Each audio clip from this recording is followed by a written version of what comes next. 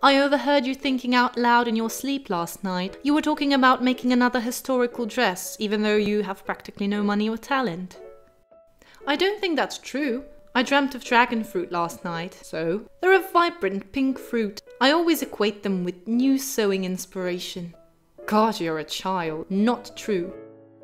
I am to make an 18th century dress. What 18th century dress? You have no skills or materials. Do not get hung up on details. The pink dress and I are about finer things. The pink dress. From the Great. Yep. The Great.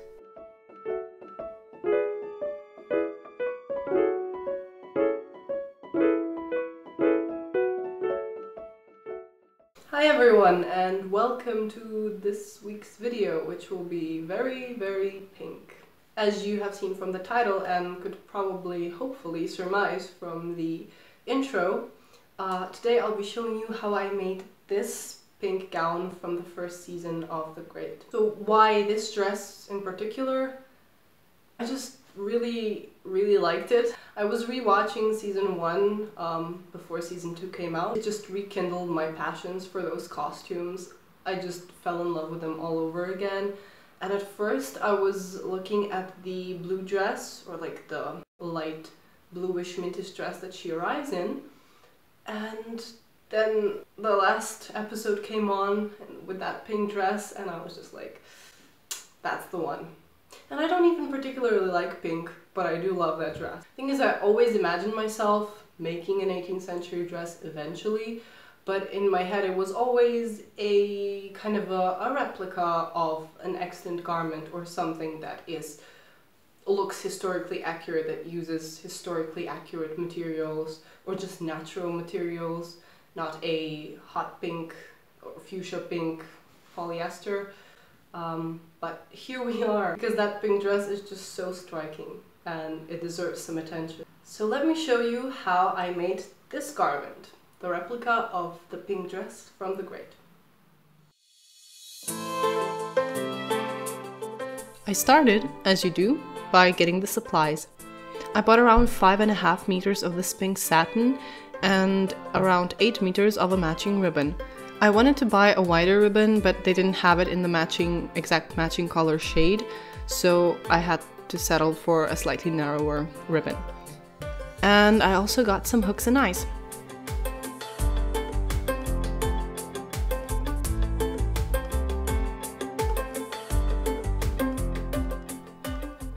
I started by raiding my fabric stash for appropriate mock-up fabrics.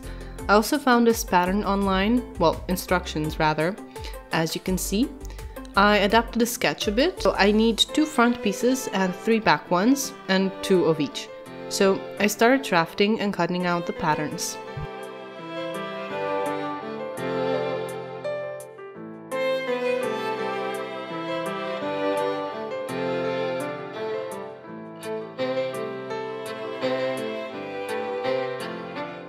Here you can see me adapting one side back piece.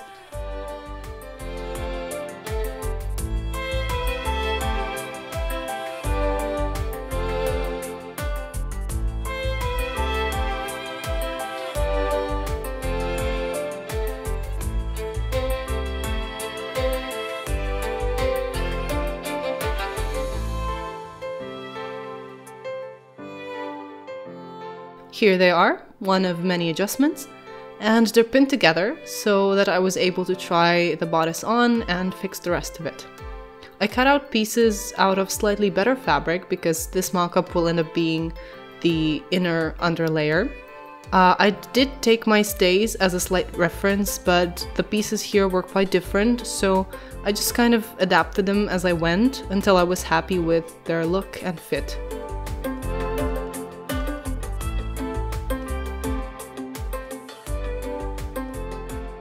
And here I am, showing what the bodice looks like.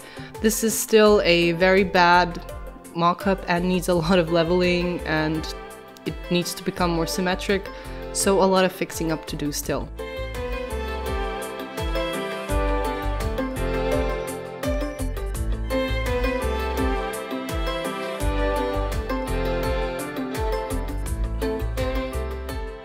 And then finally, after many adjustments off camera, I got something not completely outrageous.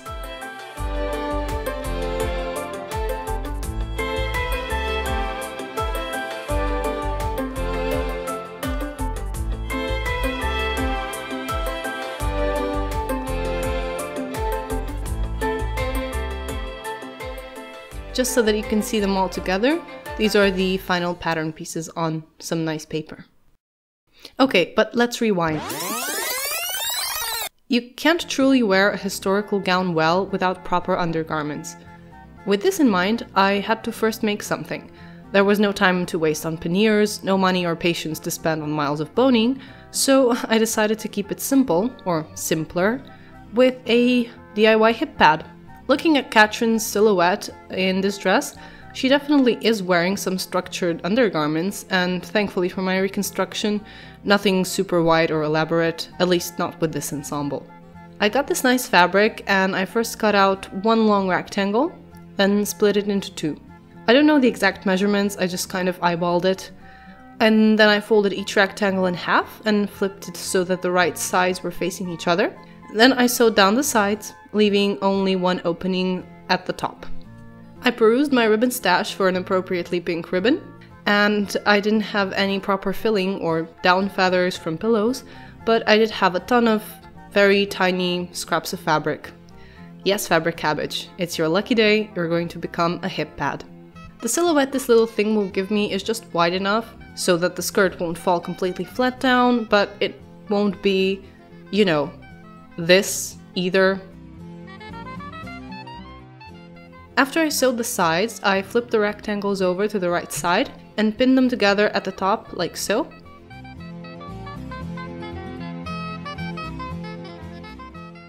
I proceeded to fill them with scraps.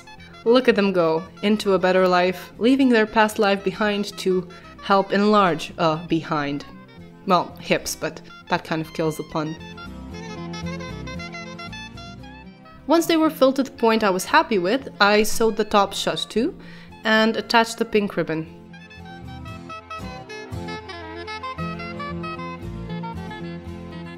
It looks like this and ties on like so. Next time you see it, well, you won't, because it will be under the dress. Now back to the exciting part. As you watch footage of the lower part of the dress, or skirt, let me just say a few words about the costumes and the grate. They're a wonderful mix of historical and contemporary. The silhouettes are kind of 18th century, but the dresses are either in contemporary materials or some bold colors. Not that 18th century didn't have vivid colors, just maybe not exactly fuchsia pink since it didn't exist yet. There are definitely some creative liberties taken in the costume department. I'd say it's an occasionally accurate 18th century fashion. The costume designer Emma Fryer mentions, I didn't really feel I could play with the silhouette, I wanted to stay true to that, but then I wanted to actually add elements of modern couture fashion into the world that we were in. And that's pretty much what we get. Huzzah! Now, you saw me pleating the skirt. It's basically just two wide squares, pleated at the top and joined at the sides 3/4 of the way up. One part ties at the front, the other one overlaps it and ties at the back.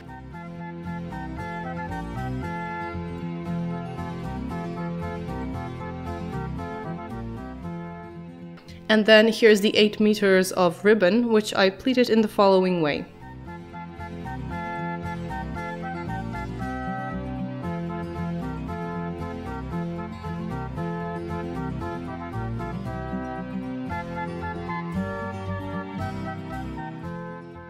And here I'm cutting out the bodice pieces out of the fashion fabric, as well as the sleeves. Now, I did two notable changes to the dress. First one is the back, because I love how 18th century dresses are constructed in the back, and many of Katrin's gowns have this, but for some reason this one does not. And the second one is the sleeves. I don't know why they went with long sleeves for this, I just feel like 3/4 length sleeves are so much better and they're so robe à l'anglaise.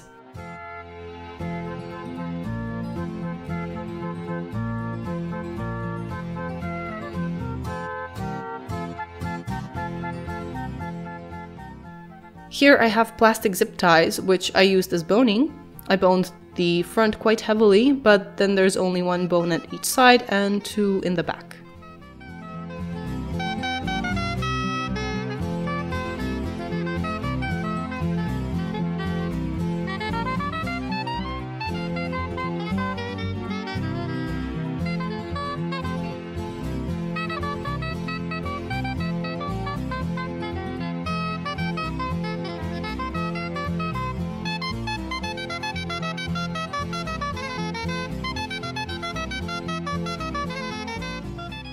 Here's a terrible night clip of me making one of the sleeves. I didn't line them for some reason, I just didn't feel like doing it, and at the time it didn't feel like it was necessary, but I don't know why the heck I didn't do it. I just didn't do it and I kind of regret it. And then I added ruffles onto the sleeves too. I bought so much of this pink tape, I might as well use it. And finally you can see the sleeve in daytime.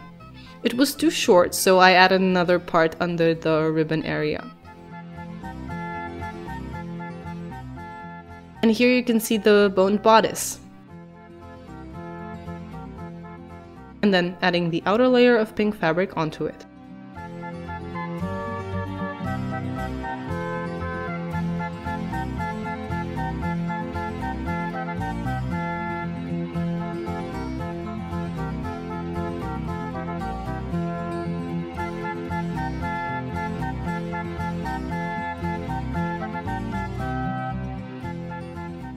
Here are the hooks and eyes for the front closure.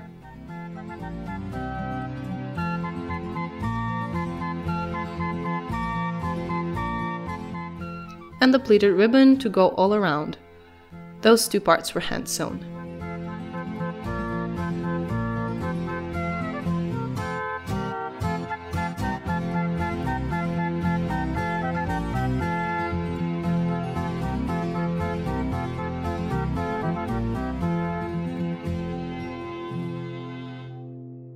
And here is the finished bodice. Now, enjoy this grand reveal.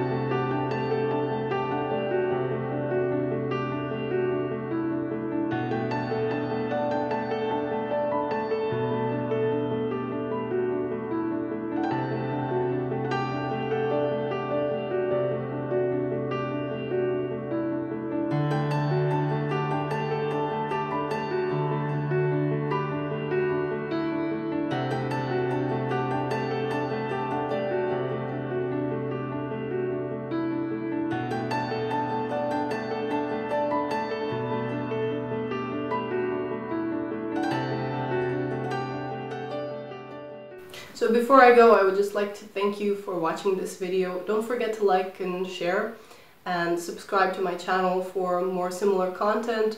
I post a lot about sewing, sometimes also other types of art and literature. So yeah, thank you for watching. I hope you enjoyed it and I'll see you soon. Bye!